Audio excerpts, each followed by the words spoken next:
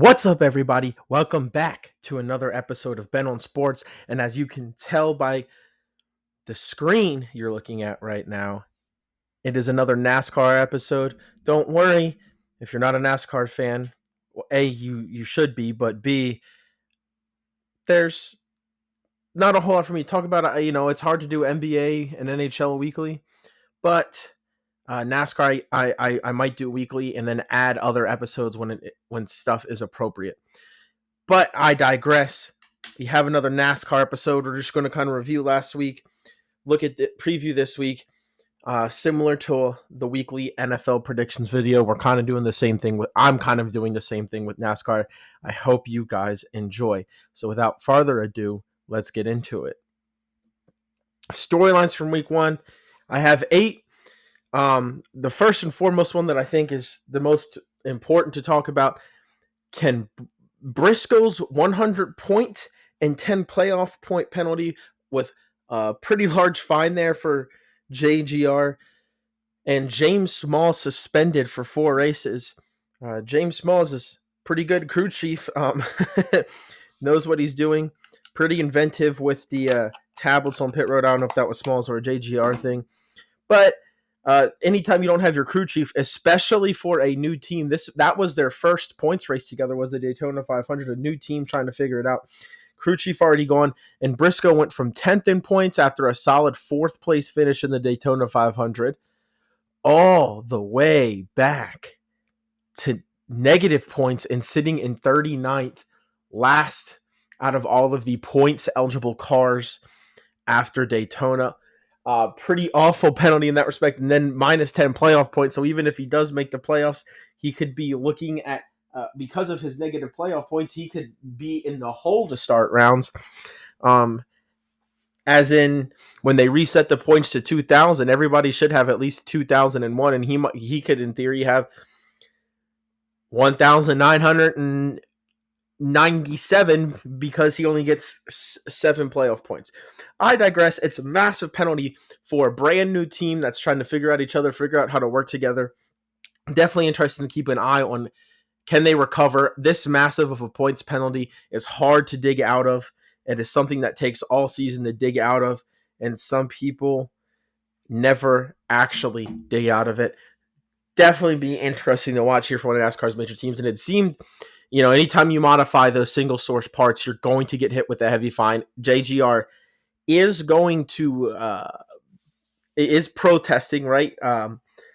They are appealing the penalty, but even if it seems something that seems not that big of a deal, like bolting your rear spoiler, I think that's where the issue was and how they bolted it in there.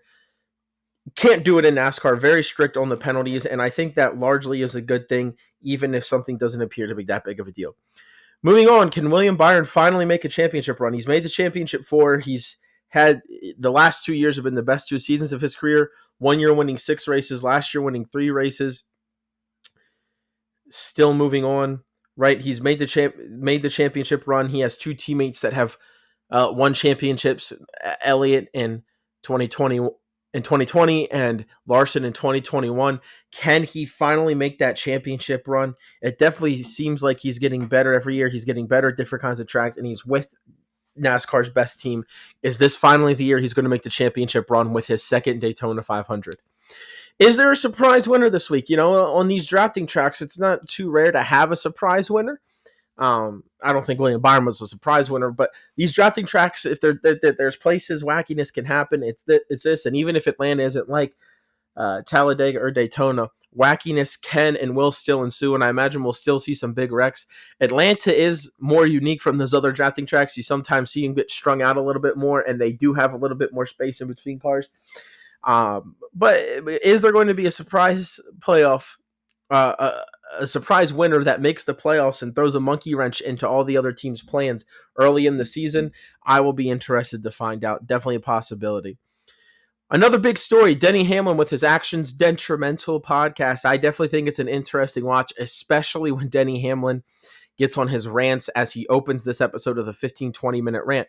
Is he right about super speedway racing and kind of just some of the direction NASCAR is heading? I got to say, I kind of agreed and liked with a lot of what he said. To an extent, drafting tracks have always kind of been a crapshoot, right? But there's still a level of skill that has always been involved with them. Um, when to push, when to make the right move, how to read lines, how to say, oh, these guys are racing too much, duck out. And somebody like Denny Hamlin, who's won 3 Daytona 500s, definitely has that experience. And honestly, some of these other drivers should be experienced enough to have it. But I think the nature of a lot of the cars are similar, right? They want them to be as similar as possible. The nature of one winning, you're in the playoffs, that hasn't always been the case in NASCAR. And I just think some of the things NASCAR has done, they do absolutely care more about the spectacle than the racing, and I do think it hurts the competitiveness and the sport aspect of the sport. And I think he's 100% right about that. And I mean, like, let's be honest. Did Joey Logano win some races to get at the right point last year? Yes. Is he deserving? Is what was last year? Was he deserving of being a champion in the historical context of NASCAR? Absolutely not. Had the worst average finish, the least top fives, the least top tens, and I believe even the least top 20s all time for a NASCAR champion. And because of that, that is a little bit of luck, and it's the same thing at Daytona and Talladega. I think it's taking less and less skill.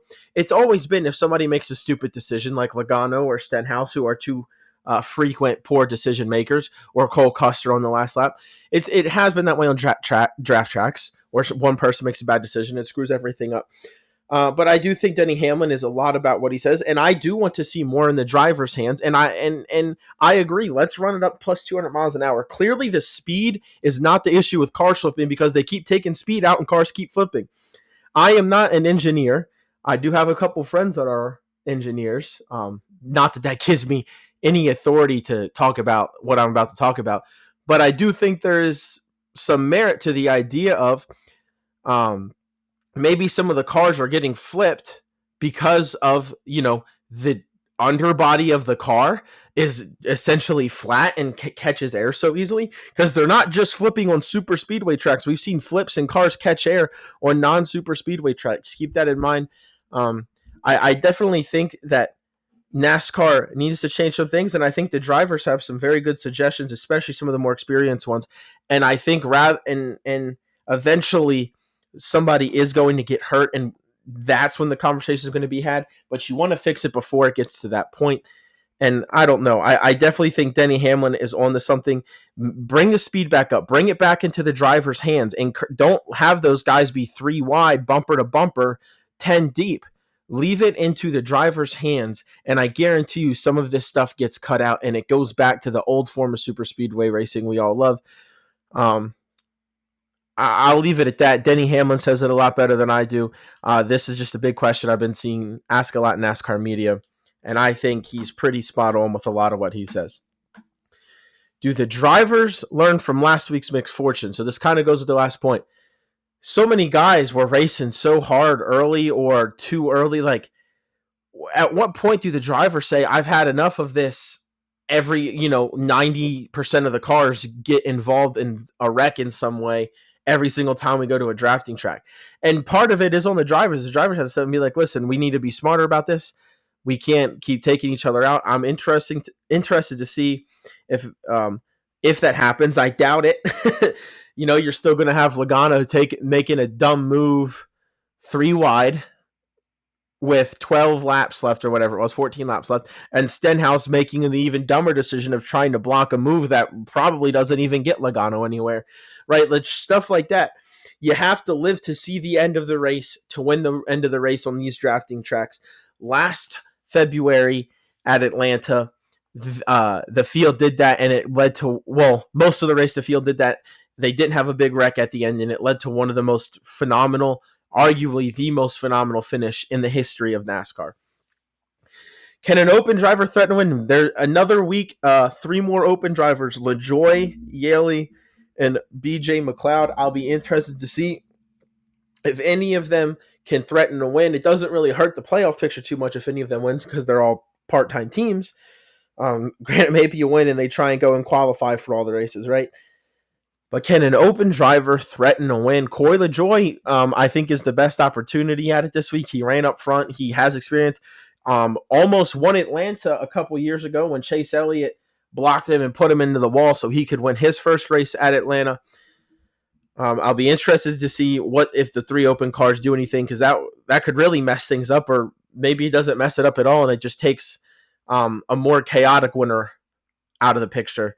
I'm interested to see what happens with the open cars this week. I feel like it's more than it normally is for tracks that aren't road courses or Daytona or in the Daytona 500. Who can carry good momentum into this? Who's carrying momentum coming out of this race? There's some people carrying momentum coming into this race. Most obviously, William Byron. But who can carry it out after 2 drafting tracks? Drafting tracks usually have the more chaos than any other track in NASCAR. Who can come out of Atlanta in a good position? Who can come out of Atlanta with some momentum moving forward the rest of the year? That's going to be a big storyline. Now, I don't know. There's not too many guys that have momentum after Daytona. Obviously, you have William Byron. I mean, maybe John Hunter Nemechek does something, but Tyler Reddick, right? Second place finish. He's not horrible at drafting tracks. He won Talladega last year. Ryan Blaney, which is funny, he got wrecked, but he still had a pretty darn good finish. Got some stage points even after the wreck. And he's good at this track. Can Ryan Blaney come out of here with some momentum? There's quite a few drivers that did have some good finishes, are in a good position points wise. Can they continue that through Atlanta? And can somebody that maybe had a bad day at the 500, like Ross Chastain, who finished 40th, can he rebound and get himself some momentum going into the non-drafting tracks on the out west swing, going to tracks like Vegas and Phoenix? And even a road course coming up in COTA within the next month. And has Toyota found it at drafting tracks? Obviously, Hamlin has won the Daytona 500, but I still feel like Ford, a lot has been said about their strength on drafting tracks and how they are always the fastest. And then you have Chevy is winning races, even if, maybe they don't qualify all the time as well, but they're still winning races. They can push. They have good speed leading packs. And then Toyota, the most part, I feel like has kind of been the odd man out, the odd manufacturer out. Have they finally found it? They had 4 cars in the top 5 last week at the 500. They were up front all day. They won the pole. I'll be very interested to see if Toyota has finally found it and we have all 3 manufacturers are able to consistently compete on drafting tracks. At least I'm watching that. Maybe I'm making more of a deal out of that than it needs to be, but I'm certainly watching it, especially with 2 of NASCAR's better teams as Toyota manufacturers. Those are the 8 storylines. Maybe you have some I forgot about. Feel free to put them in the comments. Maybe you don't think some of these are. Maybe you have your own take. Let me hear about it in the comments. Moving on to the recent history, right? Atlanta got a new configuration, and there's only been 6 races at the new drafting style configuration. As you can see here, the winners on the left side, William Byron, Chase Elliott, both Hendrick Motorsports, 2 Chevys, Joey Logano, there's the Fords, William Byron again for Hendrick Motorsports, getting his second Atlanta win and Hendrick's third. And then Daniel Suarez in a Chevy last February in that incredible finish, and Joey Logano winning in the playoffs in September with Ford and Penske. So you see Toyota is the only manufacturer to not win on the Atlanta configuration. Chevy has 4 of the 6. Ford has 2 of the 6. And when I say Ford, I mean Joey Logano. Blaney has been close a couple times. Ford always has had good speed at Atlanta. Multiple Ford teams have won the pole there. I actually believe Stuart Haas won it with Briscoe. Front row won it with McDowell and or Gilliland. And then Penske's always faster, and they might have had a pole. So Ford is certainly going to be fast. Chevy has is going to be a manufacturer to watch. And then obviously Hendrick as a team has won half the races here, so keep an eye on them as a team. Best average finish on the rate, Ryan Blaney, 7.2. Not one of the 6 winners, but has the best average finish. Look for Ryan Blaney to be running up front all day, get some stage points, continue to build momentum. Daniel Suarez right behind him, won the race last February, the defending winner of this race. 7.3 right behind Blaney. That's a pretty good average finish if you ask me. I don't think anybody would complain about that on any track. Chase Elliott won a race here. He's always up front. That's his hometown track. Look out for Chase Elliott. AJ Allmendinger may be the most surprising entry on this list at 9.5. So he averages a top 10 finish. You know, I don't know if he's run. I don't think he's run every race at Atlanta, but I think he's won more than half. Always finds a way to get a top 10, even if he's not leading laps. Sneaks into the back 10, kind of avoids some of the chaos. Has a good day. He's also just one of the more experienced veteran drivers that I think a lot of people forget about, and that definitely plays a role. And then in fifth place, tied for fifth with an average finish of 12, is Austin Cindric and Ross Chastain. I do find it interesting that William Byron and Joey Logano have both won 2 races at this track, and neither of them have, and neither of them are top 5 in terms of average finish at the new configuration. Kind of either you win the race or you wreck out kind of situation for both of them. We'll see if that trend continues as well. But yeah, maybe these guys in the best average finish, only 2 of them have won. Maybe some of them find a way to stay around the front and actually get in the victory lane this year or this race. Favorites to win, I actually categorize this with team and driver rankings.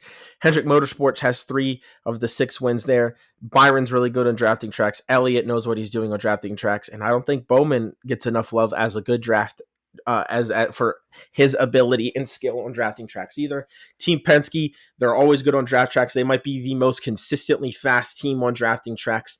Cindric, Logano, and Blaney are 3 of the best drivers on drafting tracks. Definitely look for them to have a good day. Trackhouse, one of the few teams that has won. Chastain has also had some good runs at Atlanta. Both Chastain and Suarez have run up front. Chastain just hasn't found victory lane. I would look out for Trackhouse this week. Joe Gibbs, you can't really take him out of the top 5. They are one of the premier teams of NASCAR, and they have had drivers that bring speed to this race. They haven't really won it. They don't have anybody too high in average finish, but you can't take Joe Gibbs out, and they are always a threat to win a race. And I do think after last week, they showed some speed. The Toyotas and Hull showed some speed. Briscoe with Ford won the pole here. Maybe Briscoe can win it again with Toyota. Toyota is, like I said, did show a lot more speed than I think they historically have, and I think that'll help JGR with their chance to win. And then RFK, another Ford team that always seems to be fast at these draft tracks. I don't think that's going to be any different this week. And then for my driver rankings, William Byron, he has to be one. He just won Daytona. He's won this race twice, won Daytona twice. He's actually won Daytona 3 times. If you go back to far enough in his career, I believe it was 2020. He won there to make the playoffs. So William Byron loves this style of track. He's hot. Number one, guy coming in on terms of when I'm ranking who can win this race. Ryan Blaney, great at drafting tracks. Always good at Daytona. Always good at Talladega. Best average finish at the New Atlanta, like we just saw. Ryan Blaney's up there. Daniel Suarez has a win in his belt at Atlanta, and again, just second highest average finish. You can't count him out. He clearly has this figured out. For all of the controversy around him and whether or not he deserves his ride, is he good? Is he bad? Whatever you think about Daniel Suarez, he certainly has Atlanta figured out. And with this new configuration, it seems to be one of his favorite, if not his favorite tracks. Joey Logano, he's either going to be top 3 with a chance to win, or he's probably going to get himself in a wreck and wreck out. But he's still a threat to win. One of the best drivers in NASCAR, the only active 3-time champion in NASCAR. He's one of only 2 active drivers with multiple championships, the other one being Kyle Busch with 2. Chase Elliott won this race before. He's had good draft track performances. Hendrick knows how to build a pretty good drafting car. I think Chase Elliott's at the front. Ross Chastain, he needs a win. He's very aggressive. That can be good. That can be bad. I think he can be very good at Atlanta, especially because Trackhouse has proven they know how to win here with a win already. Chastain has a couple good finishes, a couple bad finishes. Again, similar to Joey Logano, very aggressive. Sometimes that wins you races on drafting tracks. Sometimes it loses you races. Talked about Alex Bowman a little bit. I think he has an opportunity. Again, his team knows how to build cars for these types of races. A good finish last week at Daytona. Fell back a little bit on the last lap with some chaos and guys moving out on him, but doesn't get enough love. He is a pretty darn good. He's pretty darn good in the draft. I expect him to be a contender this week. Cindric, second fastest car last week, arguably was in control of the race for most of it. Led some laps, good stage points. Was leading, taking the white flag. and then it kind of fell apart from him in the last lap. Still got a good points finish. Look for Austin Cindric to be dangerous. Denny Hamlin, 3 Daytona 500s, knows what he's doing on a draft track. He was fast last year until he kind of self-wrecked. He's gotten involved in wrecks a lot in Atlanta where he has shown speed. But Denny Hamlin knows what he's doing on a draft track. I expect to see him near the front most of the day on Sunday. Giving him a fair chance to win. And then Chase Briscoe, I think he's a pretty good draft track racer as well. He's been fast at Daytona in his career. He also, like I said, he's won a pole at Atlanta. He was really faster last year until he wrecked himself because his car was super loose. And I know it's a different manufacturer, but I do think Chase Briscoe doesn't get enough love. I think he's pretty good at these tracks. It feels like he either gets a good finish or he gets wrecked out. So maybe he's a little bit like Logano and Chastain in that sense. But I think with a better team, I think they can help iron out some of the weaknesses some of his cars have had, and I expect to see him up front, especially now that he is in a dire point situation already this point in the season. Man, here is my driver power rankings. Again, William Byron, I think, is pretty self-explanatory why he's number one. He's good on pretty much any type of track, best with the best team and car owner in NASCAR. He's number one, only winner so far this year. I think Ryan Blaney and Cindric both had good nights. Ryan Blaney recovering from a wreck. They're both good on these tracks. My power rankings will probably have a lot of drivers up and down. Like Austin Cindric, I really, really trust on drafting tracks, but I don't know if I trust him outside of that. But right now he's at 3. He's having a pretty darn good start to the year. The only way that it could have been better is with a win. Bowman, again, pretty good point start. I trust him on draft tracks. This is arguably a little bit disrespectful to Tyler Reddick, putting him at 5. He won the regular season championship last year. He finished second in the race last week, and I have him 5th. Just again, while I believe Toyota will continue to get faster on draft tracks, I haven't seen it at Atlanta yet, so it's hard for me to put a Toyota too far up there. Same thing with Denny Hamlin. He's one of the best drivers in the sport actively. He can never go too far low. I'm waiting to see what happens this week. And he probably would also been up higher this week if he would have finished better at Daytona. But after that crazy last lap wreck, he did not. Joey Logano was arguably the fastest car last week. Kyle Busch certainly seemed to think so. And then he and Ricky Stenhouse decided that it was time for Joey Logano's race to be over. That's what happened. It was over. That's why he's at 7. But however, he is the defending champion. Chase Elliott and Kyle Larson, 2 guys that maybe didn't have a great start, but didn't have a bad start. Chase Elliott had a better start than Larson did based off of where they finished. But Chase Elliott can definitely win this race. Larson is the best driver in NASCAR, arguably. The one thing he seems to struggle with sometimes is drafting tracks. I'm going to keep an eye on him this week. Maybe he figures it out and gets a good finish. Maybe he doesn't. Chase Briscoe, we've talked about. I have him at 10th. I think he is keen to be in that 8 to 12 spot all year. Chase Briscoe's teammate, Christopher Bell, at number 11. Got wrecked out, but he was leading, showed some speed. I think that continues at Atlanta. Christopher Bell, I think, has a chance to push to be a top 5 driver this year.